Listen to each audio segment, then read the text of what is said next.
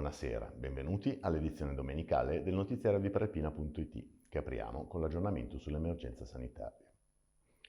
I dati odierni, dopo un paio di giorni di rallentamento, ci mettono di fronte all'ennesimo rimbalzo per quanto riguarda il contagio in provincia di Varese. Ben 408 i nuovi positivi sui 1709 registrati in Lombardia, primato tra le 12 province lombarde, con numeri maggiori di Milano, 361, e di tutte le altre. A preoccupare è anche la crescita ormai costante dell'indice di positività, oggi vicino al 13%, e quella degli attuali positivi, quasi 57.000, con un incremento di 945 da ieri. Per fortuna sono stati pochi i decessi, 36, con il totale che arriva a quota 25.317, e si torna a una sia pur lieve diminuzione dei pazienti Covid ricoverati, meno 2 nelle terapie intensive e meno 26 negli altri reparti. Le speranze di uscire dalla fase 2 della pandemia sono ora legate alla campagna vaccinale, che dopo un inizio lento, con tanto di polemiche per le poche dosi somministrate in Lombardia nei primi giorni del 2021, da domani entrerà a pieno regime.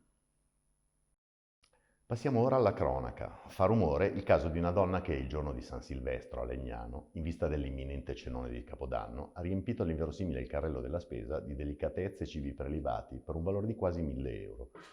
Quando poi ha tentato di superare le casse senza pagare, è stata però notata dal personale interno dell'Esselunga e arrestata dagli agenti della Volante.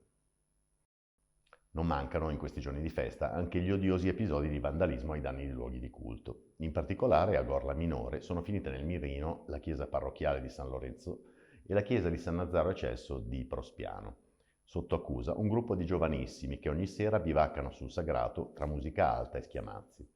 Sul tavolo del sindaco Vittorio Landoni la proposta è di ripristinare le telecamere che erano state installate dall'ex parroco ma oggi sono oscurate. Un'occhiata ora alla situazione del meteo. Dopo l'ultima nevicata di lunedì 28 dicembre, il maltempo ha continuato a imperversare, anche se le precipitazioni sono state negli ultimi giorni quasi solo di carattere piovoso. Continua a nevicare invece in quota, anche al Campo dei Fiori, dove si è già superato il metro di precipitazioni. Spettacolo incredibile sulle pendici del monte che sovrasta Varese, come si vede negli scatti di Laura Orlandi. Nei prossimi giorni le piogge si alterneranno alle schiarite fino all'Epifania, quando però non è esclusa la ricomparsa dei fiocchi anche a bassa quota. Approfondimenti sulla Prealpina di domani, disponibile sia in edicola che sui supporti digitali. Infine, una buona notizia che arriva da Lonate Pozzolo. I volontari che stavano ripulendo dai rifiuti abbandonati la zona della dogana hanno trovato un portafoglio di una signora di Samarate e gliel'hanno prontamente restituito. Grande sorpresa e gioia per la donna che nei giorni scorsi era finita vittima di una truffa.